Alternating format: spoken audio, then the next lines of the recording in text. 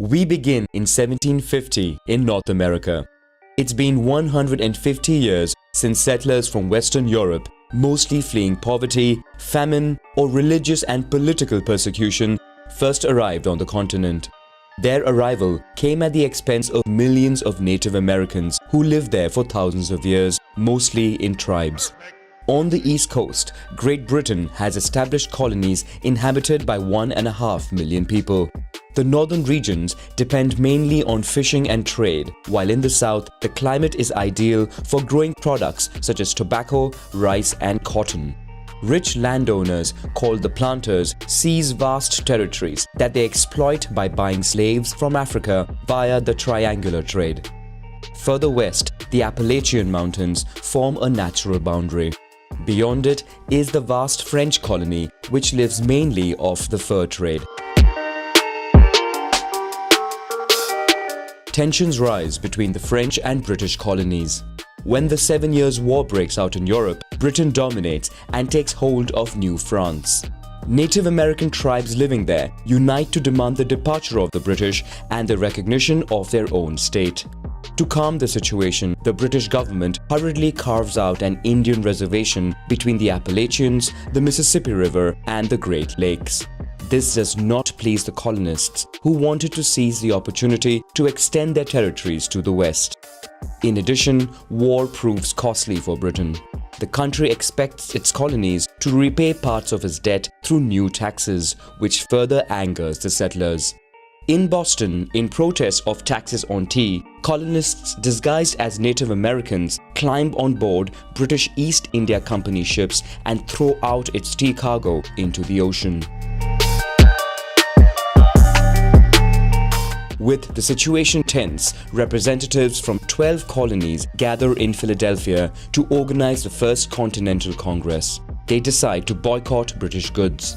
The following year, the War of Independence breaks out, pitting the insurgents, also called the Patriots, against the British and its loyalists. On July 4, 1776, the Second Continental Congress proclaims the independence of the United States of America. France sees an opportunity to avenge its defeat in the 7 Years' War. Having invested heavily in its military fleet, the country has the means to compete with the Royal Navy. France allies with the Patriots. Spain and the United Province of the Netherlands in turn go to war against Great Britain. In 1783, the Patriots prevail, forcing Britain to recognize the independence of the country. The United States receives territories until Mississippi, while Spain seizes Florida.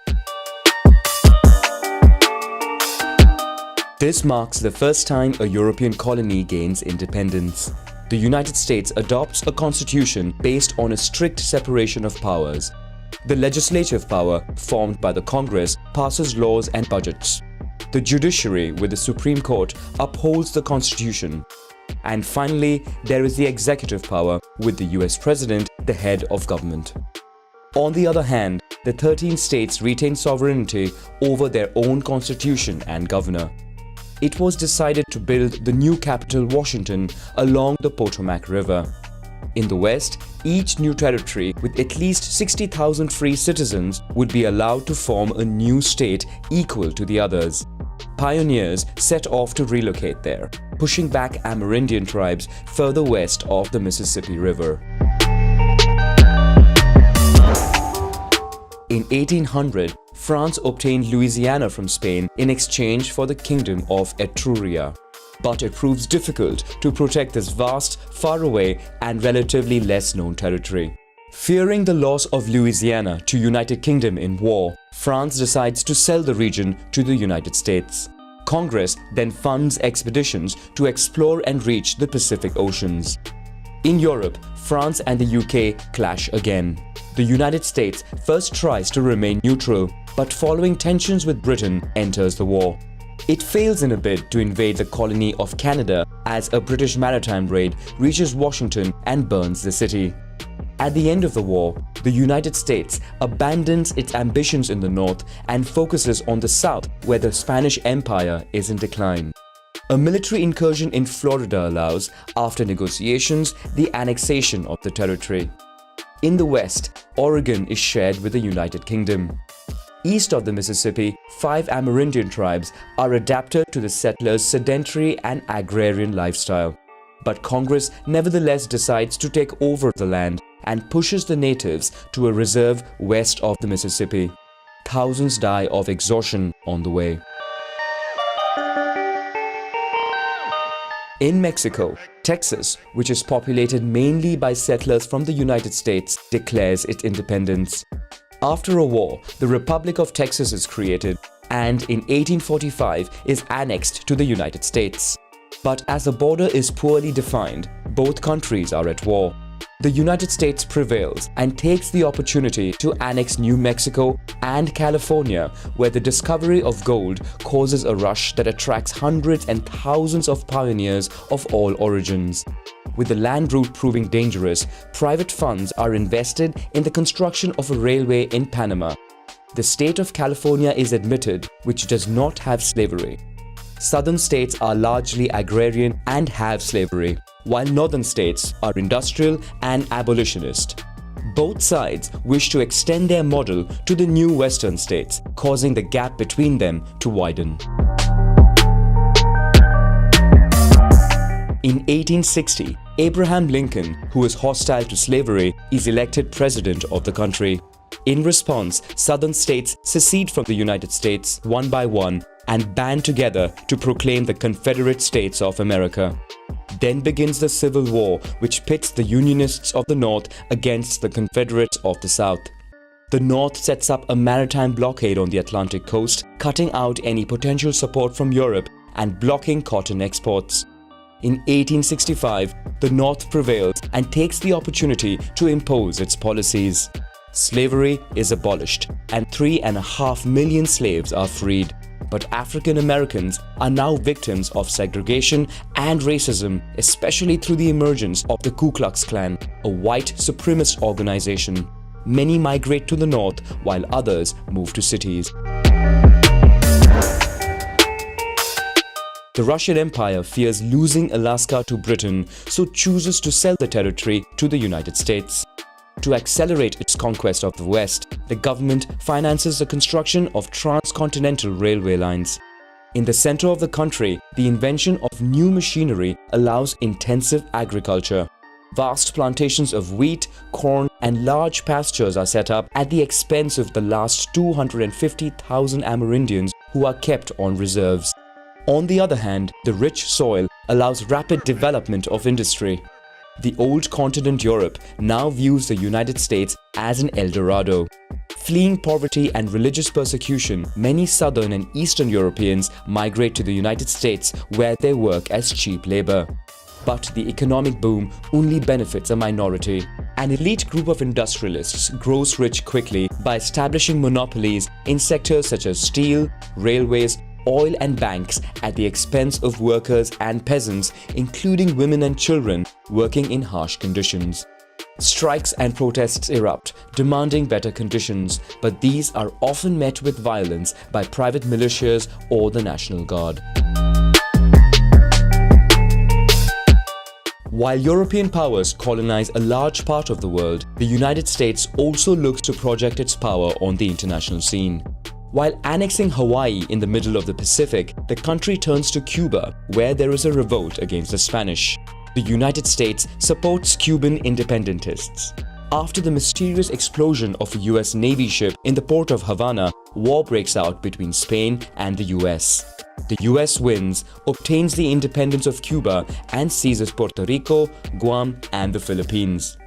The country thus becomes a colonial power. In Colombia, a French company begins construction of a canal that would connect the two oceans, greatly shortening the journey between the US East and West Coast.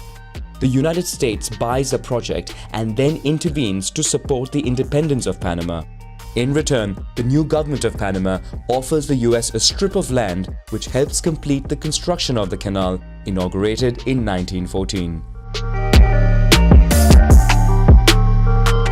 In Europe, World War I begins. With workers and peasants on the front lines, industry on the continent slows down. The US industry takes advantage of this and, despite the country's neutrality in the war, sells on credit ammunition, food, clothes and automobiles to the Entente countries. In response, Germany tries to impose a maritime blockade by sinking merchant ships in British waters. In 1917, a German telegram destined for Mexico is intercepted, proposing a military alliance against the United States. This pushes the US to go to war on the side of the Entente, and 2 million soldiers are sent to European fronts. 116,000 soldiers lose their lives. After the victory of the Entente, Europe finds itself indebted to the United States. The economy of the US prospers. In factories, improvements in the assembly line cause production to skyrocket and decrease prices. The rise in purchasing power and credit results in a boom for the sales of cars, all kinds of appliances, and bank shares. Hollywood becomes a major industry with global influence. Thanks to the sale of radios, music genres such as jazz become popular. In New York mainly, nightclubs open, stimulating the sale of alcohol. The more conservative government tries to stem the phenomenon by voting for prohibition, forbidding the production, transport, or sale of alcohol. In response, thousands of speakeasies spring up throughout the country. Mafia networks seize the market and get rich quickly. Meanwhile, the South misses out on this wave of prosperity. Falling prices for agricultural products plunge the region into poverty. The Ku Klux Klan comes back into prominence, this time also targeting Jews, Catholics, and immigrants in addition to African Americans. The organization reaches 5 million members and is then banned after several lynching episodes. In 1929, the Wall Street stock market crash takes place. The US economy collapses.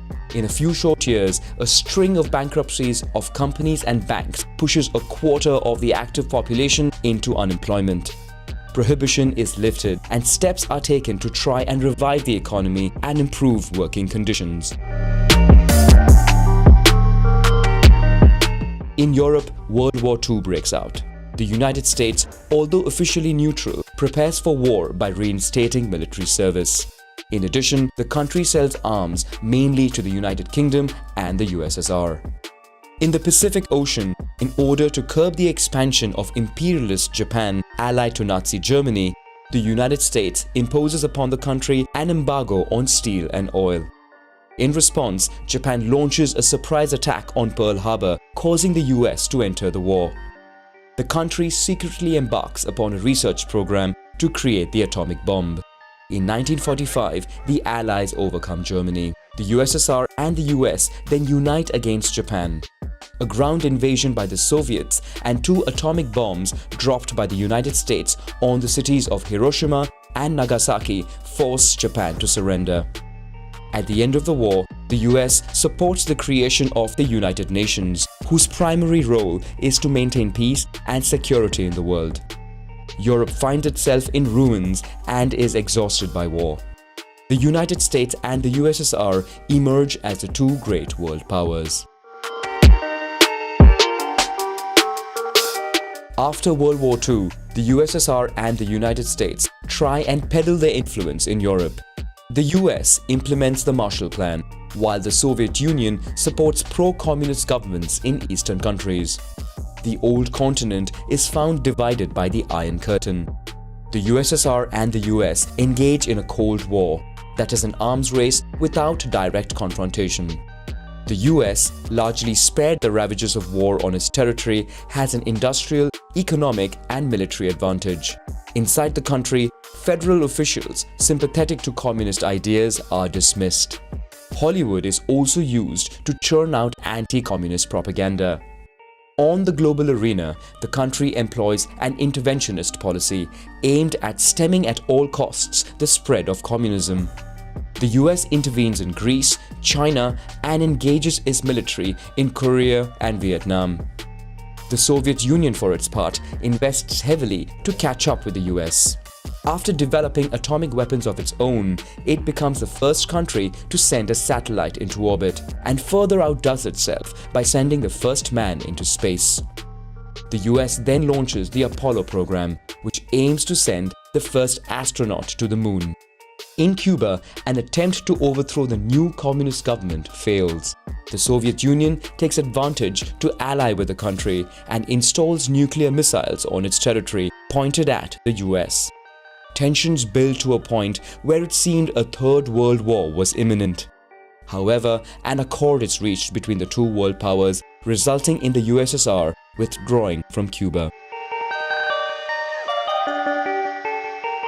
Within the country, more and more civil rights movements gain momentum, forcing the government to review its social policies. African Americans begin non-violent actions to combat segregation. More and more women enter the workforce and demand equal pay.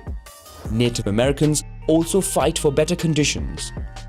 Moreover, with the US at war in Vietnam, students and hippie pacifist movements call for peace. In 1969, the country sends the first man to the moon. Worldwide, millions of viewers watch the event live on their television. On the global arena, the US tries to ease tensions. It begins diplomatic rapprochement with China and signs agreements with the USSR to limit the global arms race. In the Middle East, the US supports Israel in the Yom Kippur War, for which it is then subject to an oil embargo imposed by OPEC countries. In Vietnam, after negotiations, the US withdraws their army. 2 years later, the communists prevail in the country, tarnishing the image of the United States. The USSR takes this opportunity to intensify its international policy. The country occupies Afghanistan, and in reaction, the United States provides military support to the Mujahideen. In Central America, US also intervenes in Nicaragua and Guatemala to counter communist revolutions. Iran, after a revolution, becomes an Islamist republic that goes against US policy. The latter strengthens its military presence in the Middle East to ensure the security of oil supply.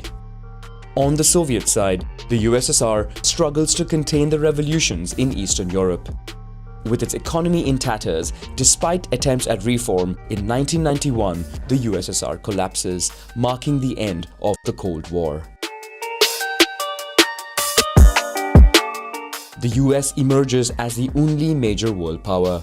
Domestically, the population calls for more investment in the fight against poverty, crime, gangs, and drugs. However, the US continues to primarily focus on its foreign policy, showing an apparent willingness to become the world's policeman of sorts. When Iraq invades Kuwait, which then held 9% of the known oil reserves in the world, the United States forms a coalition and neutralizes the Iraqi army. The US then establishes a list of countries considered as rogue and threatening global peace and stability. These nations are subjected to blockades and embargoes. Meanwhile, the military presence of an ally of Israel in the Middle East bothers radical Islamists, including the terrorist group Al-Qaeda headed by Osama bin Laden, who is a former ally from the Afghan War. US facilities and assets around the world are targeted by terrorist attacks. On September 11, 2001, the United States becomes the victim of a large-scale terrorist attack on its territory. Terrorism thus becomes the new enemy of the country. But it proves more difficult to fight this war as terrorist organizations operate discreetly in mobile networks without borders. Having launched a war against the Taliban in Afghanistan, the US hardens its stance against North Korea, Iran and Iraq, which it considers part of an axis of evil. A new war is launched against Iraq, but US troops, after quickly overthrowing the government, find themselves fighting against several terrorist groups in the region. In 2007, the subprime mortgage shock, followed by the financial crisis, plunges the global economy into turmoil. The country tries to revive its economy, among other measures, by boosting the extraction of shale oil on its territory. Today, the interventionist policy of the country is increasingly countered by rising powers such as Russia and China. The United States, however, remains the most powerful economy and military in the world.